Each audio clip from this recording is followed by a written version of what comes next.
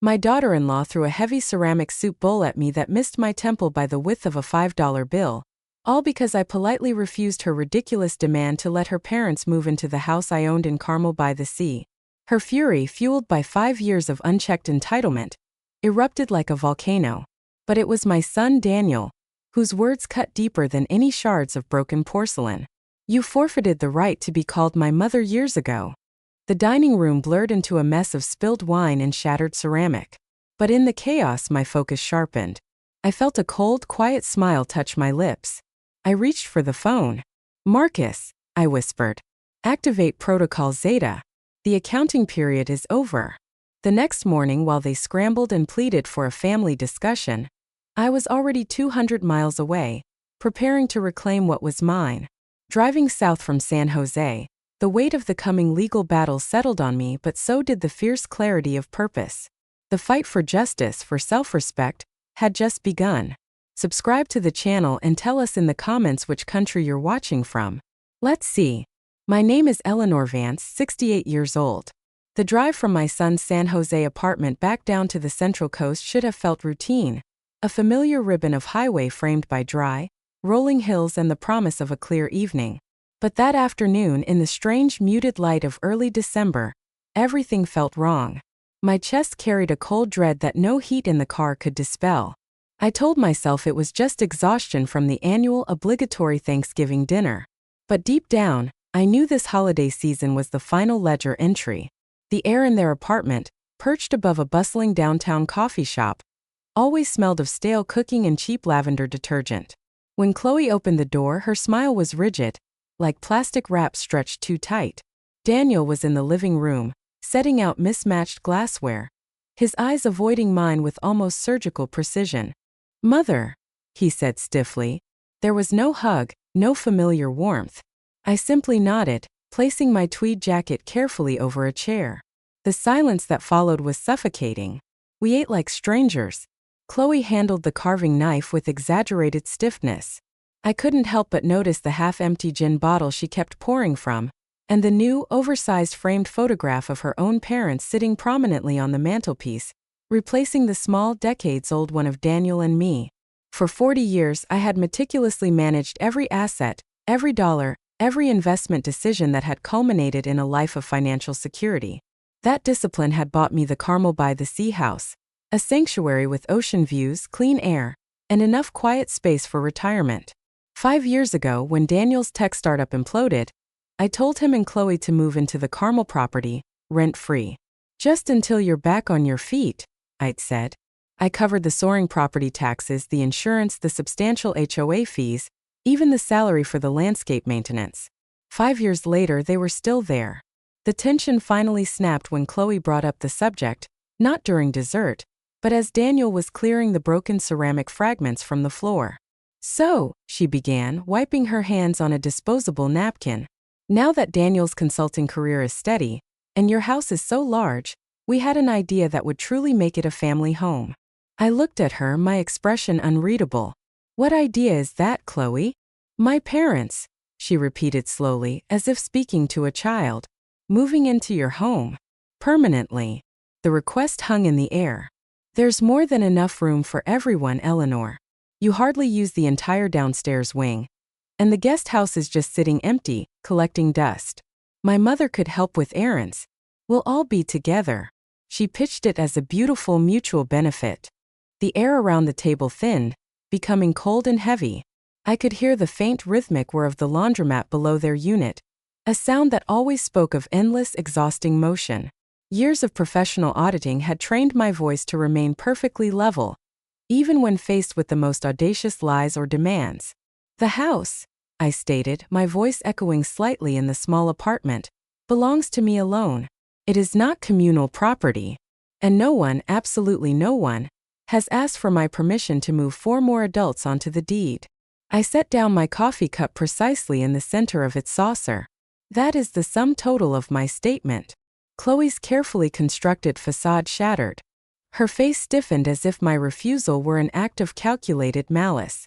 "Unbelievable," she hissed, standing up so abruptly her chair scraped loudly across the tile floor. You're a lonely, heartless old woman hoarding $3 million worth of real estate like some mythological dragon perched on a pile of gold. Daniel stayed silent, his head slightly bowed, focusing entirely on polishing a wine stain on the wooden table. In that moment, I registered the painful truth. He would not speak for me. Why do you even need that much space, Eleanor? Chloe pressed on, her voice rising. You'll die there alone. At least my parents would fill the rooms with true family and real warmth. That word, family, landed like a grenade in my chest. Enough, I said, my fingers tightening around the edge of the table, though my posture remained straight. Anger, I knew, was a poor negotiator. Numbers and facts always offered a cleaner, less subjective truth than emotion. And the sum of this 5-year equation was devastatingly clear. My initial, heartfelt generosity had been calculatedly misinterpreted as a permanent entitlement. She doesn't care, Daniel, Chloe spat, turning to him. She never has. She cares only about her portfolio. In one swift, terrible motion, she grabbed her soup bowl, sauce still slick on the rim. The bowl flew past me, missing my ear by a breath. It struck the wall with a sickening crack, sending fragments and gravy across the beige paint. Silence. A heartbeat of suspended animation. Stop, Chloe.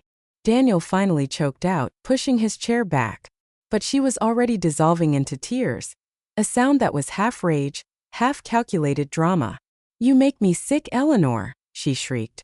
You act like we owe you for giving birth. You're just afraid to be alone. I stood up and calmly took a fresh napkin from the table, dabbing a splash of wine that had hit the cuff of my blouse. My heart hammered, but I had navigated market crashes, 7-figure lawsuits, and my husband's quiet death. This was simply another painful, yet manageable line item in the ledger of my life. Then Daniel spoke, his voice rough and low. She's right, Mom. You've always been selfish. I looked at him, waiting for the instantaneous, desperate apology that would redeem him. It never came. Instead, he stared at the broken wall, as if the damage were a testament to his own courage. You forfeited the right to be called my mother, he repeated, louder this time. Not anymore. The words fell like 5-ton stones, sinking into something sacred and shallow inside me. The oxygen left the room. Only the echo of an absolute, final boundary remained. I felt an odd, terrifying calm settle over me, the stillness that comes when all the accounts are finally reconciled and every lie is accounted for. For 5 years I had ignored the warning signs. Now the equation was complete. I even found myself smiling, though the smile felt brittle and cold. I see, I said softly. I turned away from the ruins of dinner and walked into the tiny, cluttered kitchen. My brother Marcus's number felt cold under my thumb. It's exactly as you predicted, I told him when he answered on the first ring. Activate Protocol Zeta. Tonight was the confirmation I needed. Are you absolutely certain, Ellie? He asked, his voice careful. As certain as I've ever been, I whispered. The fight for self-respect always begins with an eviction notice. I walked out the door without another glance or another word, leaving the broken ceramic and the shattered trust behind me. The San Jose air was sharp with sea salt and the chill of finality. The only sound was the faint hum of traffic and the quiet settling of glass on the kitchen tile.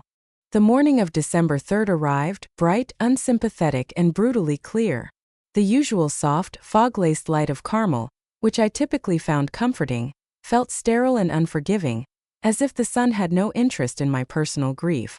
I sat in my pristine kitchen with my coffee untouched, staring at the faint dried red wine mark on the cuff of my blouse. For the first time in years, the silence of my 100-year-old house didn't soothe me. It simply confirmed my solitude. By 9 o'clock I was on the road, heading north toward San Francisco. I drove with a measured, almost ritualistic calm, a habit born from decades spent auditing vast corporate accounts, reviewing millions of dollars without a flinch. Each familiar exit sign passed like a calculated tick mark on a financial ledger. The previous night replayed in my mind in brief, sharp fragments. Chloe's shrill voice, Daniel's hollow, damning stare, the precise, sickening sound of the ceramic bowl shattering on the wall behind me. Every piece of the puzzle now clicked into place. Their endless civility, their constant excuses about moving out, their pervasive sense of entitlement dressed up thinly as gratitude. Marcus's law office overlooked the downtown financial district, the city shimmering distantly behind a sheer wall of glass. He was already waiting, sleeves of his expensive linen shirt rolled up past his elbows, reading glasses perched low. "You look like you haven't slept, Ellie," he said, his tone gentle, the closest he ever came to expressing concern. "No," I replied, sitting down. "But that might be an advantage right now." He gave a tight, confirming nod, then pushed 3 perfectly organized, neatly stacked manila folders across the mahogany desk. "Then let's go through what we know. Protocol Zeta activation." He gestured to the first file, marked Financial Reckoning. 5 consecutive years rent-free, in a premium coastal market. You've personally covered the property tax, the mandatory maintenance, utilities, and the high-end insurance. Everything. The numbers inside were meticulous, written in Marcus's small razor-sharp handwriting. Total cost to date, $300,000. I stared at the staggering sum. "That's how much unchecked generosity costs," I murmured, the weight of the ink pressing harder than the facts themselves. "Apparently," Marcus agreed, leaning back in his Italian leather chair. "Legally, they are not tenants, Eleanor. They are holdover guests at the owner's discretion. They have zero contractual protection. We can serve a 30-day notice today and be fully within the parameters of the law." His voice carried no drama, only fact. Precision, as always, was our family's shared language. "Then that is precisely what I will do," I said quietly. "But I want it watertight. No loopholes, no missteps, nothing they can possibly twist against me in the court of public opinion." He offered a small, knowing smile. "That's why you came to me. And to handle the specific parameters of this eviction, you'll need someone utterly relentless." He opened the second folder, labeled Litigation Strategy. I set aside a consultation with a top-tier real estate litigator, Anya Sharma. She specializes in family property disputes. She doesn't flinch when things get messy. A crisp, professional knock on the glass door coincided exactly with the introduction. Miss Sharma entered. A woman in her late 30s with the posture of a steel rod and calm, intelligent eyes that seemed to take in every detail of the room at once. She shook my hand with a firm, decisive grip. "Mr. Vance has briefed me," she said, her voice low and confident. "I understand this is not merely a dispute. It is a reclamation of integrity." The phrase caught me off guard. Reclamation of integrity. Not revenge, not punishment, but the simple, painful restoration of what should never have been corrupted. We reviewed the documentation rapidly. Her command of California statute and case precedent was surgical. Within half an hour, she confirmed Marcus's interpretation. "You can file the 30-day notice immediately. We will prepare for every standard counterargument. Emotional appeals, spurious elder abuse claims, whatever narrative they invent. The paperwork will withstand all of it." She closed the file with a precise snap. "If you want a swift, surgical resolution, we proceed today." "I do," I confirmed. When Ms. Sharma left to begin drafting the documents, Marcus remained silent, his gaze fixed on me. His measured quiet suggested the hardest part wasn't the paperwork, but what he had yet to reveal. He opened the third folder. Its corner was marked Confidential Exhibits M and N. "I found this 2 nights ago," he said, his voice dropping. "I wanted absolute confirmation before telling you. You're not going to like it, Ellie." He slid the papers toward me. The first document was a bank document bearing Daniel's sloppy signature. A loan application for a cash-out refinance request for $750,000. He had attempted to fraudulently claim joint ownership of my Carmel property. Rows of falsified information followed. Income, employment, title interest. A notary stamp was smudged and invalid at the bottom. My breath hitched. Not in disbelief, but in the final sickening moment of understanding. The last unknown variable in the equation had revealed its definitive value.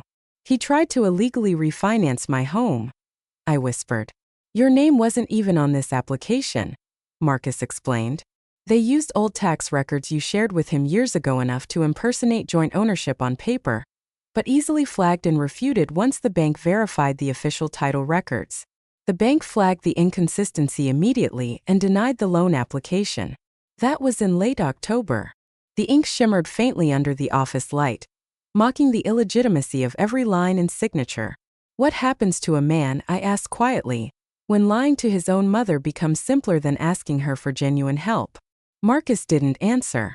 He pulled out the second page. An email printout.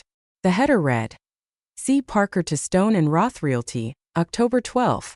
The subject line, potential listing, post-mortem sale. My fingers trembled slightly as I read. Chloe had written to a luxury real estate agent about selling the Carmel property, following Eleanor Vance's predictable passing, speculating that she and Daniel would inherit no less than half the estate value. She even requested a valuation of current market trends for the spring quarter. The room narrowed around me, cold, humiliating tunnel of rage. It was all orchestrated, Marcus said quietly. Living there rent-free built a sense of residency status. Once he refinanced your home or once you passed away, he paused, they'd sell the house and split the proceeds. And split it. I finished for him, my voice steady, stripped of all surprise. The cruelty had a chilling financial logic. The generosity I had offered had none. I turned to the window. The city below moved in a detached, indifferent rhythm. Commuters, sirens, schedules. None of it aware that someone's idea of family had just fractured beyond any possibility of repair. When I gave them the house, I said, I thought I was giving them a chance to rebuild their lives. Turns out I was only providing a rehearsal space for sophisticated betrayal. Marcus finally spoke. Do you still want to move forward? Yes. My answer was instantaneous. Not just to evict them. I want every single document notarized. Every email, every transfer, every cent of deceit. I want a documented record they cannot bury under excuses. That's Protocol Zeta, Phase 1, he confirmed. Eviction notice. Then we prepare Phase 2. The criminal and civil implications. He handed me the draft already prepared by Ms. Sharma's office. The form looked ordinary, almost insultingly small for the enormity of what it represented. A parent's final painful act of legal separation. Eleanor Vance. Owner. Property address. Carmel by the Sea. 30-day notice to vacate. Effective upon service. I signed it without a single tremor. The pen pressed through the paper slightly, the ink bleeding faintly into the dark wood of the desk beneath. Marcus looked at me for a long searching moment. You're calmer than I expected. I spent my career turning corporate panic into clean procedure, I said, pushing the signed document back. This is no different. But it was different. Beneath the steel-hard composure lived a heartbreak so disciplined, so deeply controlled, that it looked precisely like unwavering resolve. On the drive home, the late afternoon sun stretched out, a brutal golden red across the highway's expanse. I felt no fleeting sense of triumph, only a severe, almost clinical clarity. They would call me ruthless soon enough. Perhaps they already did. But I now understood the razor-thin line between cruelty and necessary boundaries. The very line I had failed to draw 5 years prior. When I reached the quiet streets of Carmel by the Sea, my house waited, bathed in the cool light of sunset. I used my key, hearing my own quiet footsteps echo across the pristine, restored hardwood floors. The air smelled faintly of lemon and salt wind. I walked directly to the antique entry table and placed the eviction notice precisely there. Its sharp, clean edge aligned perfectly with the marble grain. They will face the consequences, I whispered to the empty, quiet hall. Every single one of them. Tomorrow would bring the first legal strike. But tonight, for the first time in many months, the house felt undeniably and irrevocably mine again. On the morning of December 3rd, the sun in Carmel rose, bright and totally indifferent to the storm it presided over. I had counted the days with the vigilance of a century, and this was the chosen moment for the initial strike. At precisely 9 a.m., the sheriff's deputy from Monterey County arrived. His uniform was crisp, his demeanor completely neutral, just as Ms. Sharma had assured me. I waited discreetly in my car, parked 2 blocks down, while he walked up the winding driveway with the official envelope in hand. Daniel opened the door. I saw the movement from afar, the instantaneous stiffening of his shoulders as the deputy quietly explained the gravity of the document. He signed it quickly, his face draining of color, his lips pressed into a thin white line. When the envelope changed hands, the invisible crushing weight of the law seemed to pass with it. He looked once toward the street, A slow, searching glance, but I stayed hidden in my black car. From that distance, his shock seemed both tragically painful and entirely, completely just. I did not wave. I did not move. That night, acting on Marcus's direct advice, I blocked both his and Chloe's phone numbers. The immediate, resulting silence was not cruel. It was an act of emotional necessity, sealing the boundary. 2 days later, the war moved predictably online. Chloe began her campaign of public opinion with a theatrical gusto. Carefully composed photographs of Daniel slumped, next to hastily stacked moving boxes, flooded her social media channels, paired with outrage-soaked captions. "Elder abuse," she wrote for the world to see. "Our wealthy, cold-hearted grandmother has disowned her only son and kicked him and his family out of the home before Christmas. Please pray for us. We have nowhere to go." The comments arrived like vultures to carrion. People who knew absolutely nothing about the underlying facts, my generosity, the attempted fraud, the post-mortem sales plan, spewed outrage and uninformed pity in equal measure. Some called me heartless. Others wondered aloud how a family could possibly fracture over mere money. Marcus forwarded the entire thread to me without a word of commentary. Below the screenshots, he added a single underlined sentence: "Do not engage. Lives of the golden age require silence." So I didn't. Ms. Sharma drafted one single factual statement for the public record, releasing it through a quiet legal news channel. The 30-day notice to vacate was served on December 3, 2025, in full compliance with California Civil Code Section 1946.1. No further comment will be made. Numbers and procedure, not emotions, were speaking for me now.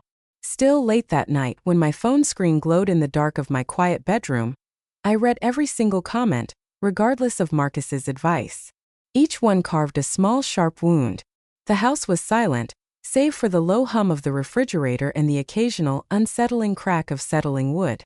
Loneliness, I realized, truly had a physical sound, like air expanding in a freezing winter. But I repeated the mantra I had always lived by when life turned brutal: facts will outlast the noise. A week later, Daniel texted me through a new, unknown number. "We need to talk. Please meet me." Against every piece of professional advice, I agreed. Some lessons I felt required eye contact. We met at a small, anonymous cafe in Mission Viejo, neutral ground. The morning crowd was light, the espresso machine hissed like sharp, focused static. They were already seated when I arrived. Daniel looked visibly worn, tense, and exhausted. Chloe, however, was immaculately dressed in her bitterness, clutching her phone like a loaded weapon. "Mom, look, it doesn't have to be like this." Daniel started immediately, his voice rushed. "We can absolutely work something out. We'll pay rent. Say $1,100 a month. Starting immediately in January." I nearly laughed, a cold, painful sound. $1,100? Daniel, do you know what the fair market rent for that property is? It's over $6,000 a month. $1,100 is not rent. It is an outright insult. "We just need a little time," he pleaded, shrugging weakly. "Things have been difficult lately." 5 years, I said, my voice cutting cleanly through the cafe noise. "You've had 5 years of time. Rent-free. I paid your taxes, your utilities, your $250 monthly maintenance fee. $1,100 is not an offer. It is a continued gesture of entitlement." Chloe leaned forward, her voice a sharp, low snap.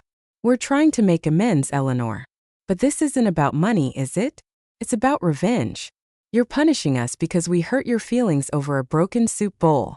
I slowly sipped the coffee that suddenly tasted like bitter ash. "No, Chloe.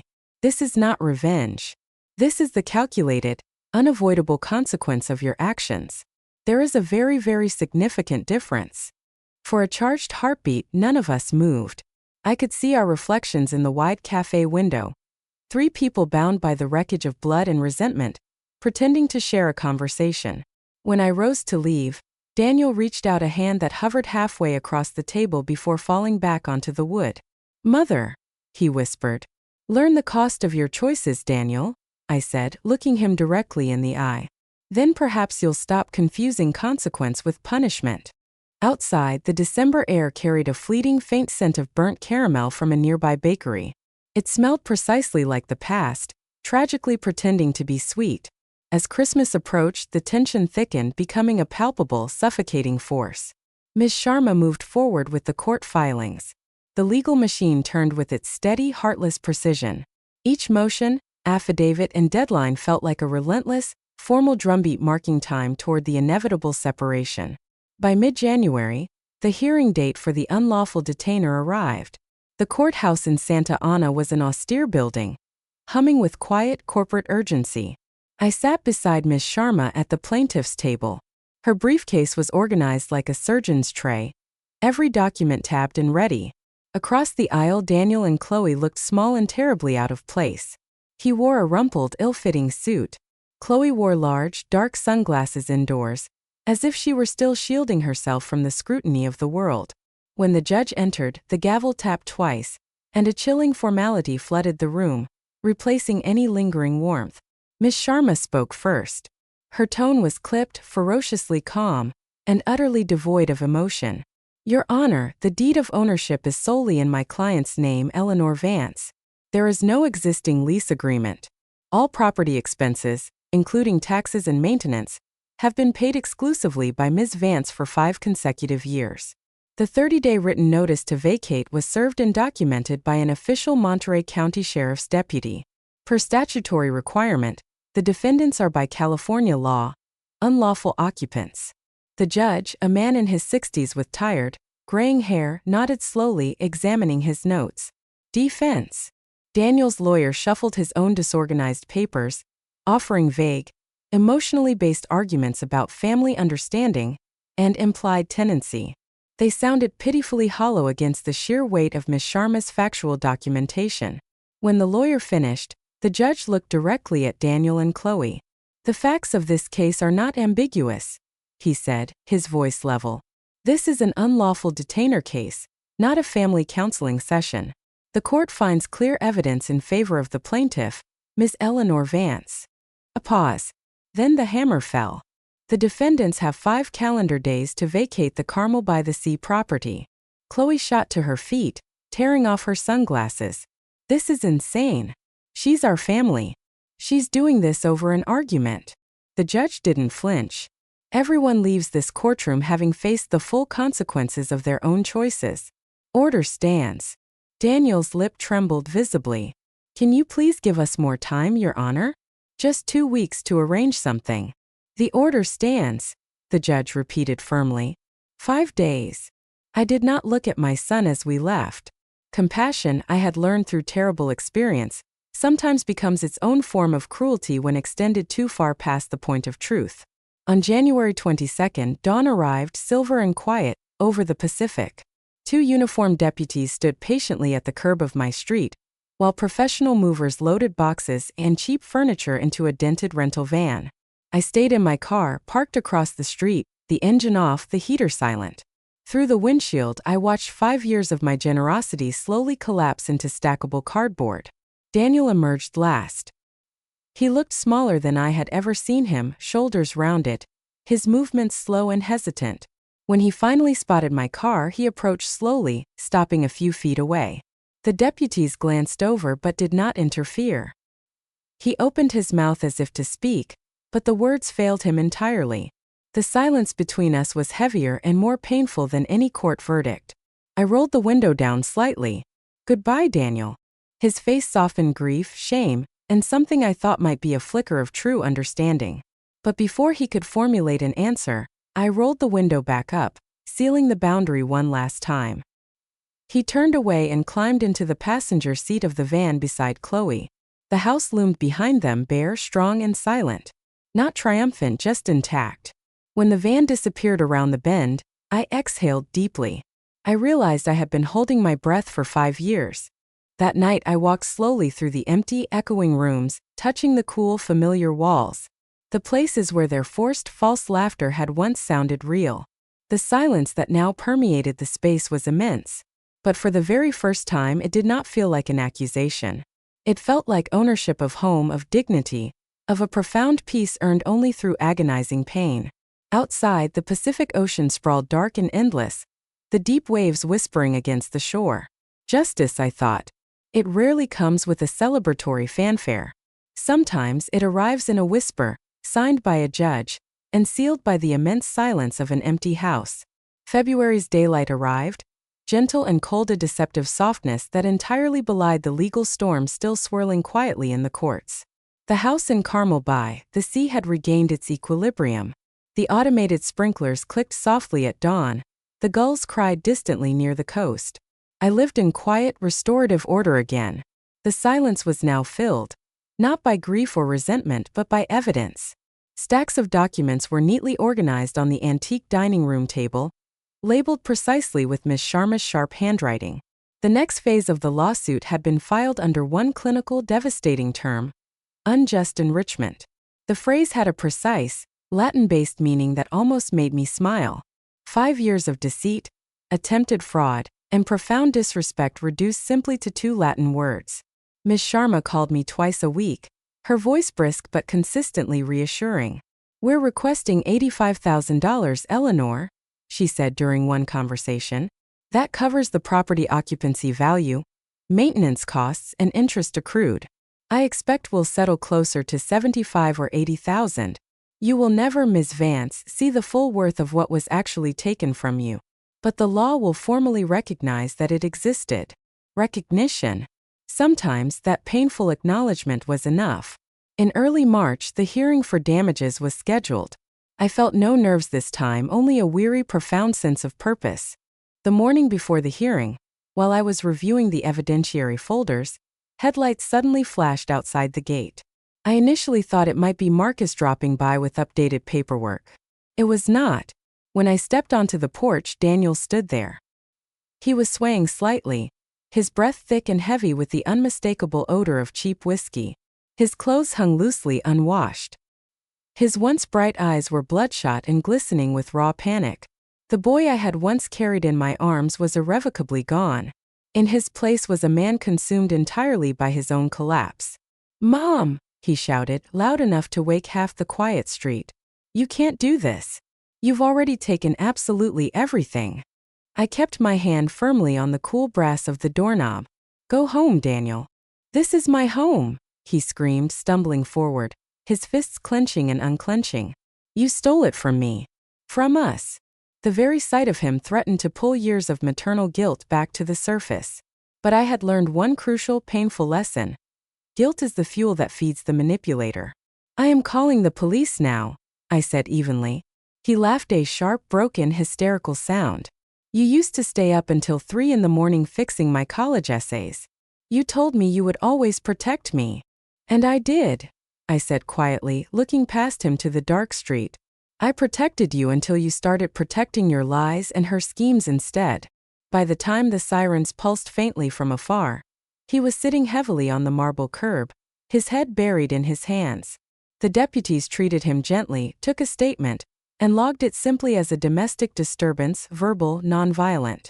Exhibit O, Ms. Sharma would later label it. Undeniable proof of harassment. Proof of what the refusal of financial support looked like. He never came back to the house again. At the damages hearing, the courtroom was nearly empty. No crowds this time. No disruptive online noise. Just Miss Sharma, composed as always, and me sitting quietly beside her. Marcus attended silently, sitting in the back row, his reading glasses still perched low. Miss Sharma began with the same meticulous, controlled calm. "Your Honor, this case presents a sustained 5-year pattern of financial exploitation. The defendant resided at the plaintiff's primary residence without payment, subsequently forging documents and attempting to misappropriate property rights through fraudulent refinancing applications. I present exhibits M and N." She lifted the folders with measured, dramatic precision. "The refinance application bearing false co-ownership claims," she continued, "and the email correspondence in which the defendant's spouse planned to sell the property immediately after the plaintiff's predicted passing. These are not mere misunderstandings. They are premeditated, calculated acts of theft." The judge frowned deeply as he read through the files. "Remarkably audacious," he murmured, "and remarkably well documented." Daniel sat hunched beside his attorney, his face blank. Chloe was notably absent. The rumor, passed on to me by Marcus, was that she had filed for divorce 2 weeks prior. When Miss Sharma finished, the judge folded his hands, looking out at the court. The court finds clear, undeniable exploitation without any form of equitable restitution. Judgment is hereby ruled for the plaintiff Eleanor Vance, $75,000 in damages, to be collected through wage garnishment at $1,850 per month, beginning immediately. The gavel struck once. Clean. Final. For a moment, I felt absolutely nothing. No victory, no relief, just the strange, empty stillness that inevitably follows a wound closing completely. Months passed, and the painful consequences began to untangle themselves like a slow, unraveling thread. Word reached me through Marcus. Daniel had lost his marginal consulting job after his employer reviewed the garnishment order. His car was repossessed, and bankruptcy was filed under Chapter 7. Everything else dissolved except the substantial debt he owed me. Court-ordered restitution is not so easily erased. By late April, Chloe's divorce filing was finalized. Her social media went permanently silent. When Marcus relayed all this, his tone was neutral, the way doctors deliver complex test results. "He's working in construction now," he said. 2 jobs, long hours. Renting a small room near Costa Mesa. I nodded, letting the information pass through me like background music. "Then he's still standing," I said. "That at least is something." One evening in early May, the phone rang again. Unknown number. For reasons I still cannot fully explain, I answered it. "Mom." His voice was trembling, small and fragile. "I'm so sorry," he stammered. "For everything. Chloe is gone, the house, the jobs, everything completely fell apart. I know I messed up, but I never meant to destroy us. Please just don't hate me." There was a long aching pause. The sound of my own quiet breathing seemed unnaturally loud in the evening air. "Hate is not what survives this kind of betrayal, Daniel," I said softly. "What survives is the truth. And truth doesn't rebuild family. It only leaves what's real still standing." He began sobbing quietly on the line. I too, in another life, might have reached for him. But sometimes profound love requires you to stop holding someone, so they can finally confront the full, brutal reality of the fall they engineered themselves. "Daniel," I said after a long, painful silence, "you made choices. Greed over decency. Illusion over effort. You didn't lose your family. You traded it." He tried to speak again, a choked sound of protest, but I gently hung up the phone. It was late. The ocean wind carried softly through the open window, and the curtains moved like slow, deep breaths. I turned on the porch light, the same one my husband used to call our lighthouse. He'd always said, "Keep it on when you need to see clearly." That night, clarity burned steady and immense. The following week, the first garnishment payment arrived. $1,850, a direct deposit from a construction payroll company. The transaction confirmed itself on my banking app as 2 wordless digits of justice. I did not keep the money. I wired the full amount immediately to the Golden Age Foundation, a nonprofit dedicated to protecting vulnerable seniors from financial exploitation, a charity Marcus had once represented. It felt profoundly right, transmuting my personal, painful loss into tangible protection for someone else's future. The next morning, I walked through the house as the light shifted across the walls. The rooms carried their history quietly now, each one reclaimed not just in law but in spirit. Marcus came by for lunch. We played chess in the sunroom, just as we had before everything shattered. He won, though far too politely. "You could have given him one last chance," he suggested gently, moving his knight. "I did," I replied, taking his bishop. 5 years of rent-free living, tax payments, and fraud-ridden forgiveness was chance enough. He nodded slowly. "You are at peace." "I think so," I said, looking out at the rose garden. "Peace isn't forgiveness, Marcus. It is simply the complete, unwavering absence of turmoil." Later, when he left, I sat by the window overlooking the backyard. The garden had grown neglected during those years of family turmoil, but new buds were pushing determinately through the thorns. I promised myself I would tend to it fiercely come spring. As the sun lowered, I thought of how life ultimately balances its own books. Not through vengeance but through cold, clear acknowledgement. Justice had its cost and mine was a son. But within the quiet that remained, I finally recognized something I had forgotten in the blur of generosity. Self-respect is also a profound form of love.